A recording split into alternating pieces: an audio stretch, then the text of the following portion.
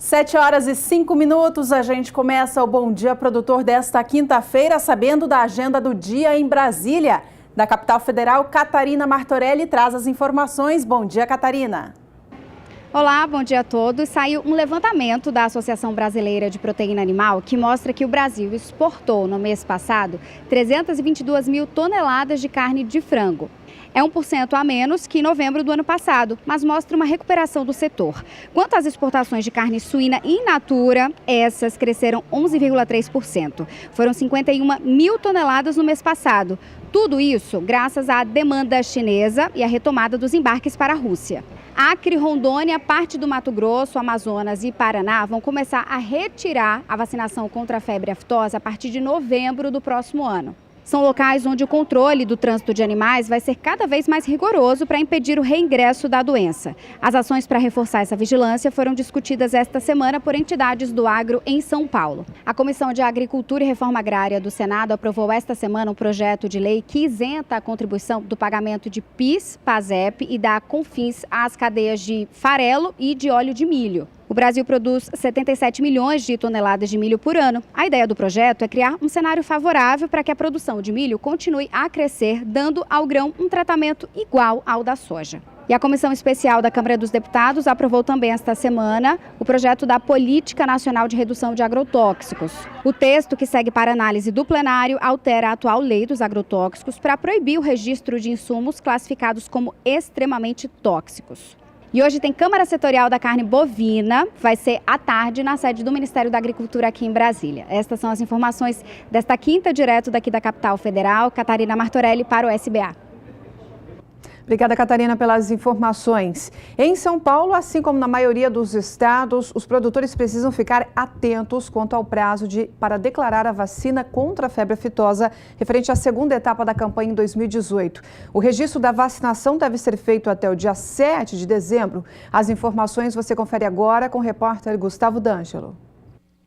Após o fim da segunda etapa da campanha de vacinação contra a febre aftosa no último dia 30 de novembro, agora os produtores têm até esta sexta-feira para comunicar a vacinação ao órgão responsável em cada estado. Aqui em São Paulo, a declaração deve ser feita junto à Coordenadoria de Defesa Agropecuária, diretamente no Sistema de Gestão de Defesa Animal e Vegetal, o GEDAV. O endereço para ter acesso ao sistema é o gedave.defesaagropecuaria.sp.gov.br. Lembrando que é preciso declarar também todos os animais de outras espécies existentes na propriedade, como equídeos, suídeos, ovinos, caprinos e aves. E da mesma forma que deve ocorrer com o pecuarista que não imunizou seu rebanho, deixar de declarar a vacinação sujeita o criador a multas. Gustavo D'Angelo para o SBA. Já pensou como seria simples se existisse um programa que ajudasse a monitorar todas as ações na produção de uva? Pois é, essa já é uma realidade para boa parte das vinícolas gaúchas. Isso porque, desde maio deste ano, 25 vinícolas e 5 produtores rurais estão participando de um projeto piloto no Rio Grande do Sul, com foco no aperfeiçoamento da produção da uva e de vinhos. A reportagem é de Annelise Nicolodi. Mensalmente, os produtores recebem a visita técnica de um engenheiro agrônomo, que realiza consultoria especializada para melhoria na produção das uvas. Além das visitas, os produtores usam uma ferramenta digital, que funciona como o caderno de campo. Através da plataforma, também podem ser realizados registros referentes aos tratos culturais, tratamentos fitossanitários, adubação, irrigação, monitoramento de pragas e doenças e o monitoramento climático. Conseguir ter um controle que vai desde a videira, saber como é que foi o sistema de poda pelo qual ela passou, qual a densidade de plantio da uva, quantos quilos colhe por hectare, seria isso. Depois como ela foi recebida, processada, fermentada, se teve passagem por Henrique de Carvalho, por exemplo, ou não, até chegar na garrafa e saber através do lote toda essa informação lançada no sistema e assim ter essa garantia de qualidade, né? Esse é um dos fatores, falando em termos de produção, que auxilia bastante e, claro, no mercado também a gente tem isso como argumento na hora de abordar, né? As novas funções da plataforma digital são liberadas conforme a necessidade do ciclo agrícola. A próxima etapa será sobre os registros da colheita, geração de lote e informe de vendas, que será implantada entre dezembro e janeiro. A etapa final, que trata da avaliação de indicadores com base nos relatórios gerados, acontecerá logo após a safra, entre março e abril de 2019. O projeto tem uma série de vantagens para o comprador e para o viticultor. Entre elas, a garantia de um produto de qualidade e de permanência no mercado, a segurança do produto e o atendimento à legislação. A iniciativa faz parte do projeto Viticultura nas regiões da Serra, Campanha e Fronteira Oeste, organizado pelo Sebrae RS através do programa Juntos para Competir.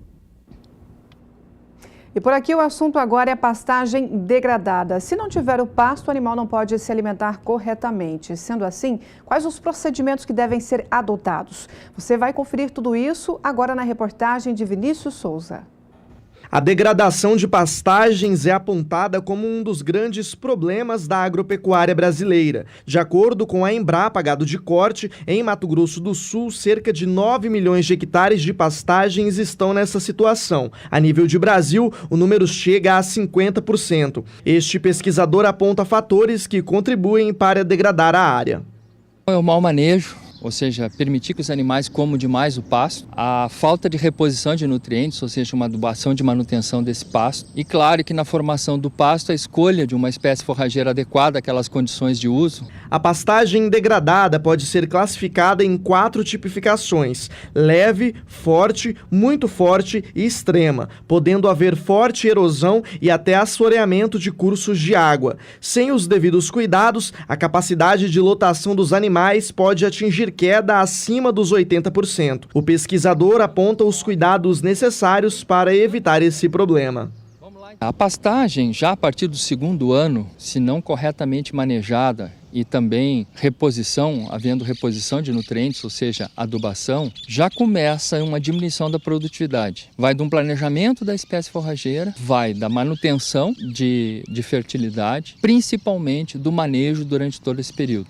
Com a pastagem rapada, o pecuarista precisa manter o seu rebanho bem alimentado e se vê obrigado a buscar outras alternativas. A mais viável seria o confinamento, porém, nesse período do ano, ela entra em sua reta final, fazendo com que o produtor rural precise buscar novas alternativas para manter o rebanho bem nutrido. A opção é fazer um trabalho preventivo. Então, chegando nessa época agora, mapear as áreas da fazenda, fazer um diagnóstico das condições, buscando aquelas áreas que estão em melhores condições, que podem ser, por exemplo, adubadas, para se fazer a terminação dos animais, dos novilhos, dos animais comerciais, das vacas de descarte. No período seco, entrando com certo acúmulo de forragem, pode-se terminar alguns animais, alguns lotes que não terminaram ainda no período das águas, com suplementação no coxo, e até se fazer uma situação favorável para que se leve esses animais para confinamento. Vinícius Souza para o SBA. Muitos produtores têm trabalhado com serviços ambientais em sistema ILPF. Na integração Lavoura, Pecuária, Floresta, o sequestro de carbono já é uma prática utilizada no Brasil. A repórter Kylie Rodrigues conta tudo pra gente.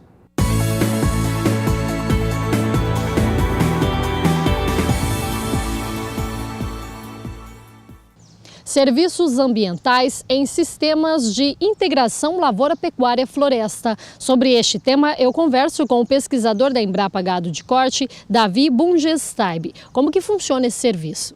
Bem, o serviço ambiental, na verdade, prestado por um sistema, como um sistema, na verdade, os sistemas naturais, os mais usuais são, por exemplo, proteção de mananciais, proteção de nascentes de águas, né? Os sistemas agropecuários, eles também têm a possibilidade de oferecer serviços ambientais, ou seja, além do produto que você obtém, como no caso nosso, soja, milho ou madeira, num sistema de integração lavoura-pecuária-floresta, você tem mais alguma coisa que você pode vender daquele sistema, na verdade, que é, no caso tem sido trabalhado, o sequestro de carbono, ou seja, o globo, na verdade, o mundo todo, mas através de algumas iniciativas, você fixa o carbono por aqueles sistemas e a carne que você produz, por exemplo, daquele sistema, ou a soja, ou o que seja, que você tire daquele sistema, ela recebe um preço maior, ela tem o potencial de receber um preço maior desde que você siga um protocolo de certificação para garantir que você de fato realizou aquele serviço.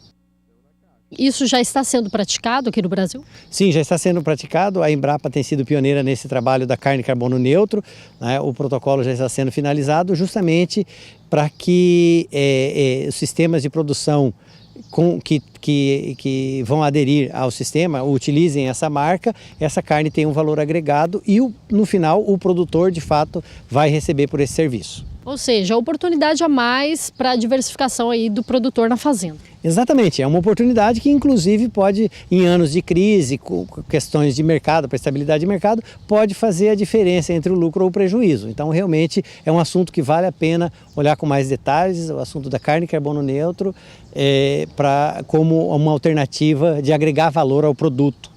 Obrigada, pesquisador, pelas suas informações. Kylie Rodrigues para o SBA.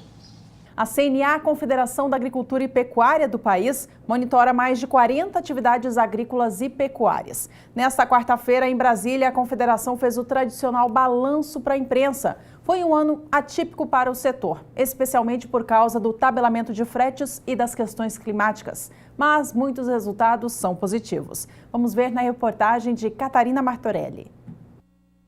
O ano foi de prejuízos para o setor. O PIB do agronegócio teve queda de 1,6%. Segundo a CNA, muito por causa da greve dos caminhoneiros e do tabelamento do frete. Isso gerou aumento dos custos de produção e queda dos preços e da renda. O próprio tabelamento ele foi algo que tirou essa credibilidade do governo, atrapalhou muito, que dá uma credibilidade para a equipe econômica.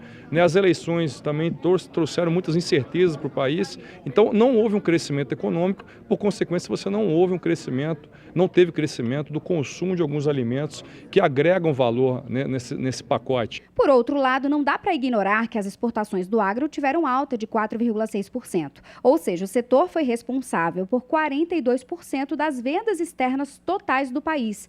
A receita de janeiro a novembro passou dos 93 bilhões de dólares. A ideia é aumentar ainda mais com a abertura de novos mercados. A gente tem que trabalhar conjuntamente, governo e setor privado. O setor privado precisa se organizar, né, principalmente o setor produtivo do agro, para estar presentes nos mercados. Então, quando a gente pensa, por exemplo, em China, a gente precisa de uma presença maior do setor privado na China, com representações, comissões, né, uma aproximação realmente até para a gente entender mais o mercado consumidor. Na pecuária, o destaque em produção, preço e exportações foi a carne bovina. Já na agricultura, foram as culturas do algodão, soja, etanol, celulose e flores agrícolas. O milho teve queda, mesmo com preços melhores. Em mercado de trabalho, o setor gerou mais de 74 mil vagas. A agropecuária foi o quarto segmento do país que mais ofertou postos de trabalho. Um outro dado importante que encerra o ano do agronegócio de maneira positiva é a proteção ao meio ambiente. Segundo o levantamento da CNA, o Brasil é líder mundial em agropecuária sustentável. 66,3% do território estão preservados com a vegetação original. A gente produzir observando a regularidade do meio ambiente, das exigências ambientais, né?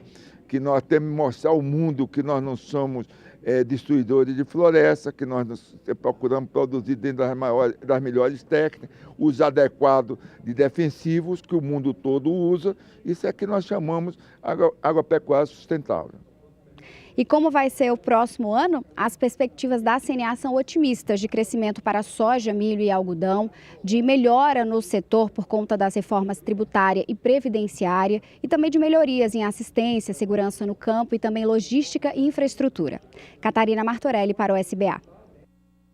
8h17, já estamos de volta com uma boa notícia para o setor da sojicultura nacional. O programa Gigantes da Soja, promovido pela Bayer do Brasil, promoveu um dia de campo na cidade de Dourados, em Mato Grosso do Sul, onde foi apresentada uma nova tecnologia da soja, que resiste a 2 tipos de herbicidas e promete revolucionar a produção do grão nos próximos anos. Acompanhe na reportagem de José Cunha. Agricultores de diversas regiões do estado e até do país se reuniram em uma área experimental da fazenda Anhanguera, situada no município de Dourados, onde uma mega estrutura foi montada para apresentar os benefícios da segunda geração da soja intacta e mostrar como essa biotecnologia será capaz de aumentar a produção. A gente está agora no momento onde a gente está trazendo essa tecnologia, né, essa plataforma Intacta 2 Extend, para o agricultor poder conhecer em mais detalhes. A gente, o ano passado, já teve um evento interno, foi esse ano para as feiras e agora está fazendo um evento um pouco mais exclusivo para que alguns agricultores possam ter mais conhecimento técnico e entender onde a gente está no processo de lançamento, né, nesse pré-lançamento, porque a gente vai contar com eles o ano que vem para poder realmente estar vivendo essa experiência na área deles e aí sim a gente entender ou validar todo esse aumento de produtividade que a gente está propondo com essa nova tecnologia. Os pontos principais dessa plataforma visam aumentar o controle de plantas daninhas e atingir um maior número de lagartas, aliadas à genética avançada e manejo inteligente. Demonstrações técnicas feitas no local mostram que, além do tradicional glifosato, o uso de dicamba, outro poderoso herbicida de alto controle, associados aos pré-emergentes, promovem uma eficiência maior no controle de plantas daninhas de folhas largas. O que nós trouxemos aqui para poder demonstrar para os agricultores é o porquê o dicamba, por que justificaria a utilização de dicamba. Então, mostramos uma parcela onde você tem algumas espécies de plantas daninhas de folha larga, onde o glifosato já vem tendo alguma dificuldade. Depois nós mostramos uma parcela onde nós agregamos o dicamba, uma parcela praticamente limpa, né? Então, onde as plantas daninhas que eventualmente não estavam com um controle, vamos dizer, desejado, agregando o dicamba você teria o controle total. E essa é a questão do pré-emergente, é um conceito que a gente já vem trabalhando há alguns anos. Infelizmente, o uso de pré-emergente não é tão disseminado no Brasil, né?